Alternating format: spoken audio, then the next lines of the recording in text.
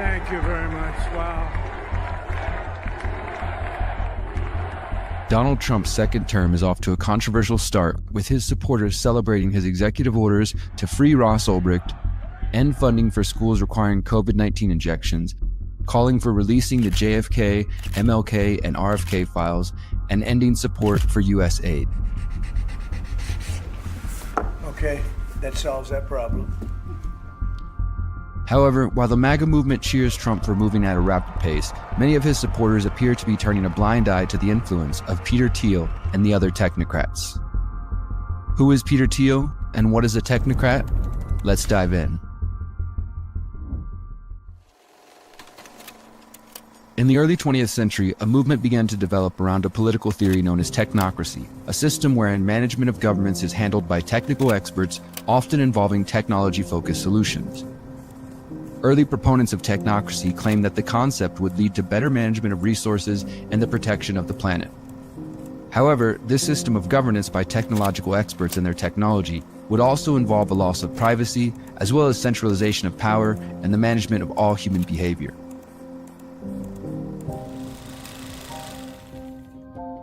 Although the term appears to have been largely forgotten, the technocratic philosophy and influence can be seen everywhere in our modern digital world.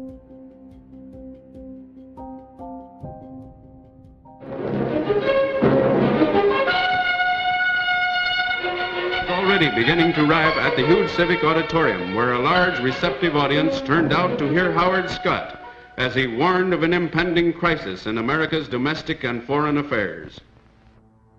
One of the most influential proponents of technocracy was a man named Howard Scott, a writer who founded the Technical Alliance in New York City in 1919. Scott believed that business owners lacked the necessary skills and data to reform their industry, and thus, control should be handed over to engineers. The technocrats publicized their vision of a centrally planned world via books, speeches, clubs, and political parties. This resulted in a brief period of popularity in the US and Canada in the years following the Great Depression. As politicians and economists searched for a solution to the financial calamity, the technocrats imagined a world where politicians and business owners were replaced with scientists, engineers, and other technical experts who would manage the economy. However, in the 1940s, mainstream interest in the technocracy movement seemed to dissipate. The ideas that underpinned the technocratic vision received a notable endorsement in 1970 when political scientist Zbigniew Brzezinski released his book, Between Two Ages: America's Role in the Technotronic Era. Brzezinski will be familiar to long-term researchers of the ruling elite. Until his death in 2018, Brzezinski was a diplomat who ran in the same circles as David Rockefeller and former Secretary of State and accused war criminal Henry Kissinger. Brzezinski served as advisor to several presidents, from Jimmy Carter to Barack Obama. He was also a member of the Atlantic Council, the National Endowment for Democracy, and the Council on Foreign Relations.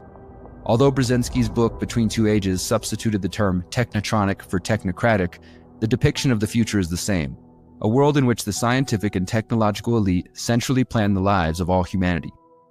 Essentially, Brzezinski's vision is a technologically advanced, authoritarian-style collectivism wherein individual liberties are subordinated to the apparent needs of the collective. When we examine the world of 2025, we clearly see the signs of technocratic influence. For example, we can see this influence in the wealthiest companies and the most influential CEOs.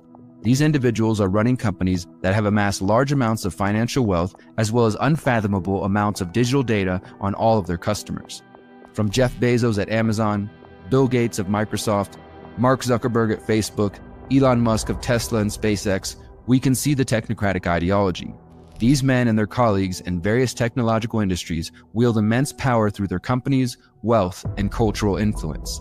These individuals have enough money, resources, and connections to shape elections, geoengineer the climate, and cause dips in the stock market, to name a few examples.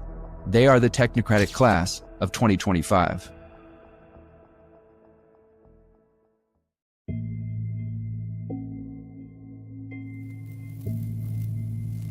Who is Peter Thiel? Peter Thiel is the infamous co-founder of Palantir, the private surveillance firm with a long history of involvement and collaboration with the CIA. Thiel is also a steering committee member of the Bilderberg Group, the infamously secretive group which represents the interests of the hidden ruling class. In the second Trump administration, Thiel's influence is more visible than ever as numerous associates and acolytes of his are set to play various influential roles. Thiel has a long history of supporting the two-time president. Tonight, I urge all of my fellow Americans to stand up and vote for Donald Trump. An examination of Donald Trump's cabinet reveals many connections to Thiel. Thank you very much.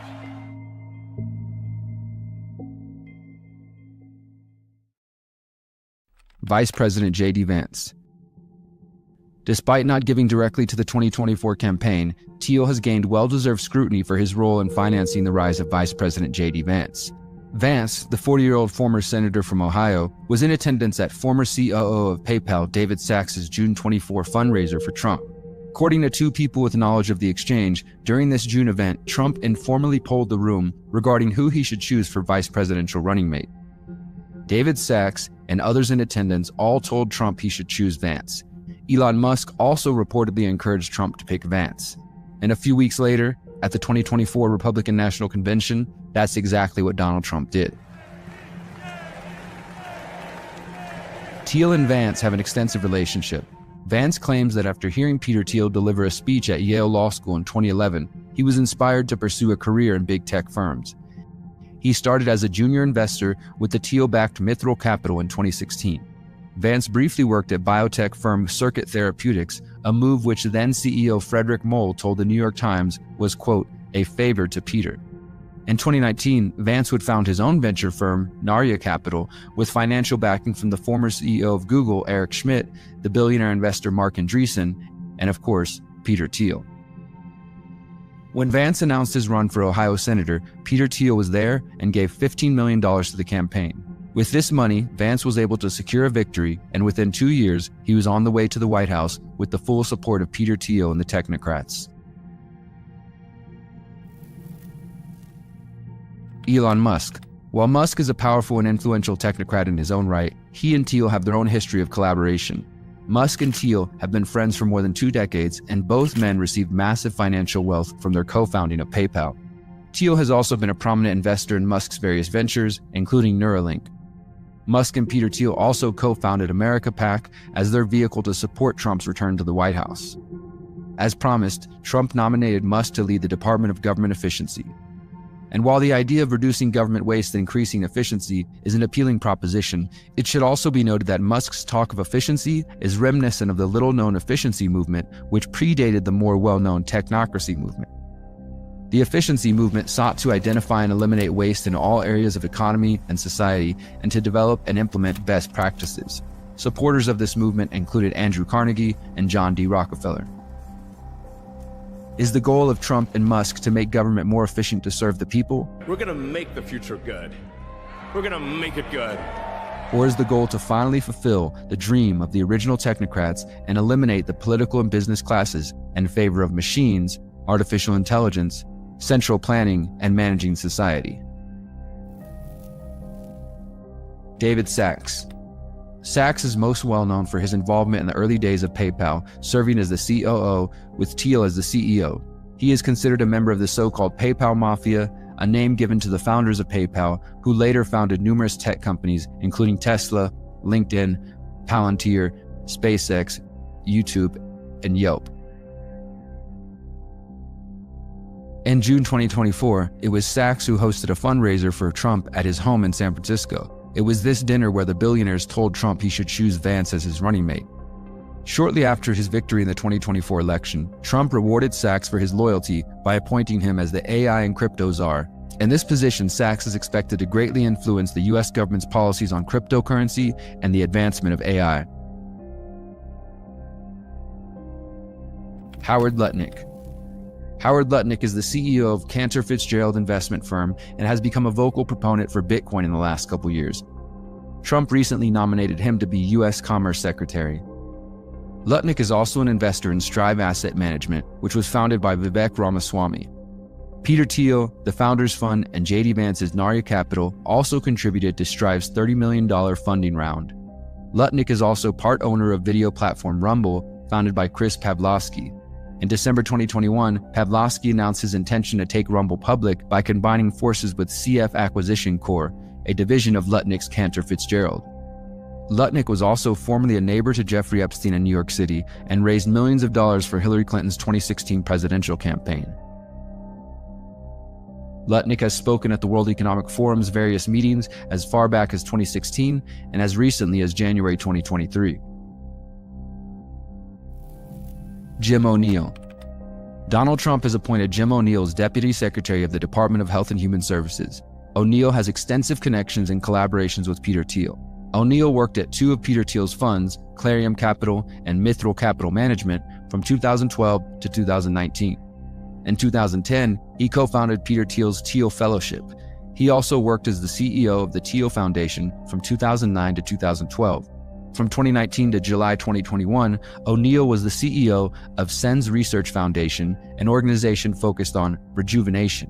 The SENS Foundation received its initial funding from Peter Thiel in 2006 and 2008, a fact that should come as no surprise given Thiel's own interest in fighting aging using the blood of the young. Ken Howry. Trump named Ken Howry as his pick for the U.S. ambassador to the Kingdom of Denmark. Howry previously served as a U.S. ambassador to Sweden.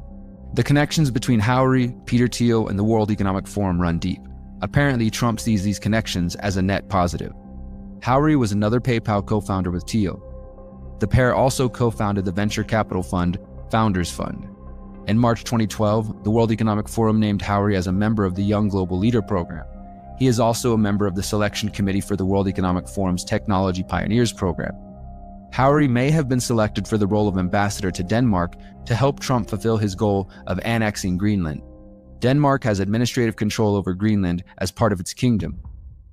It's interesting that Trump's calls for purchasing Greenland and making it part of the United States literally mirror the original Technocrats' plan for the Technate of America, including Mexico, Canada, and Panama as well.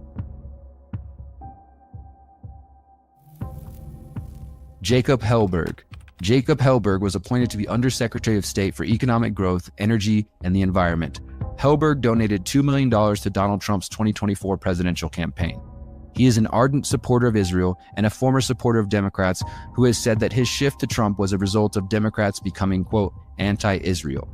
Hellberg is also a senior advisor to Palantir Technologies, the private surveillance firm co-founded by Peter Thiel. Hellberg is also a senior advisor to Alex Karp, Peter Thiel's co-founder and current CEO of Palantir Technologies, and a fellow Bilderberg Steering Committee member.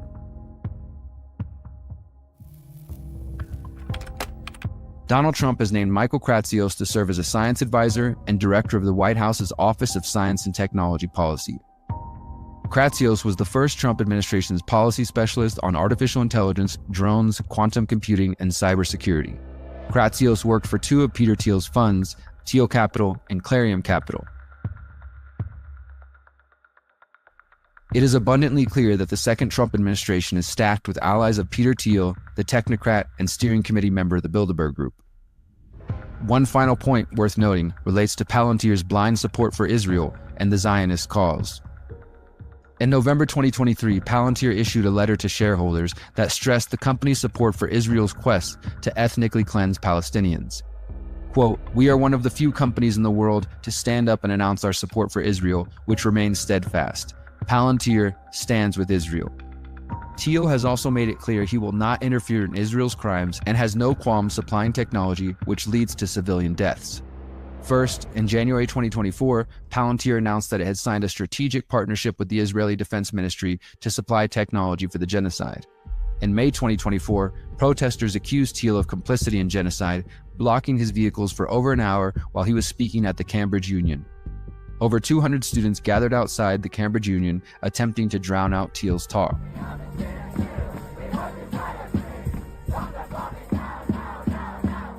When Thiel was directly questioned about his support of Israel and their use of AI technology to murder humans, he gave a rambling non-answer.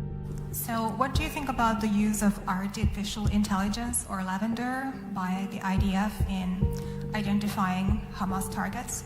And secondly, do you agree with Elon Musk about that the population decline is a risk for humanity?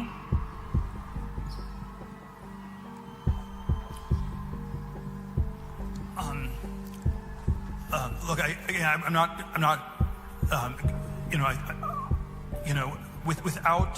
without going into all the I'm not on top of all the details of what's going on in Israel because my bias is to defer to Israel. Given that Thiel and company are willing to turn a blind eye to the crimes of Israel, it should come as no surprise that Trump's second cabinet is stacked with former and current associates of Thiel's who also share this zeal for Zionism and technocracy. While these troubling facts may be disturbing to MAGA, these connections need to be questioned. If we are ever to defeat the so-called deep state, we must commit ourselves to opposing techno-tyranny, no matter which political party, politician, or billionaire is promoting it.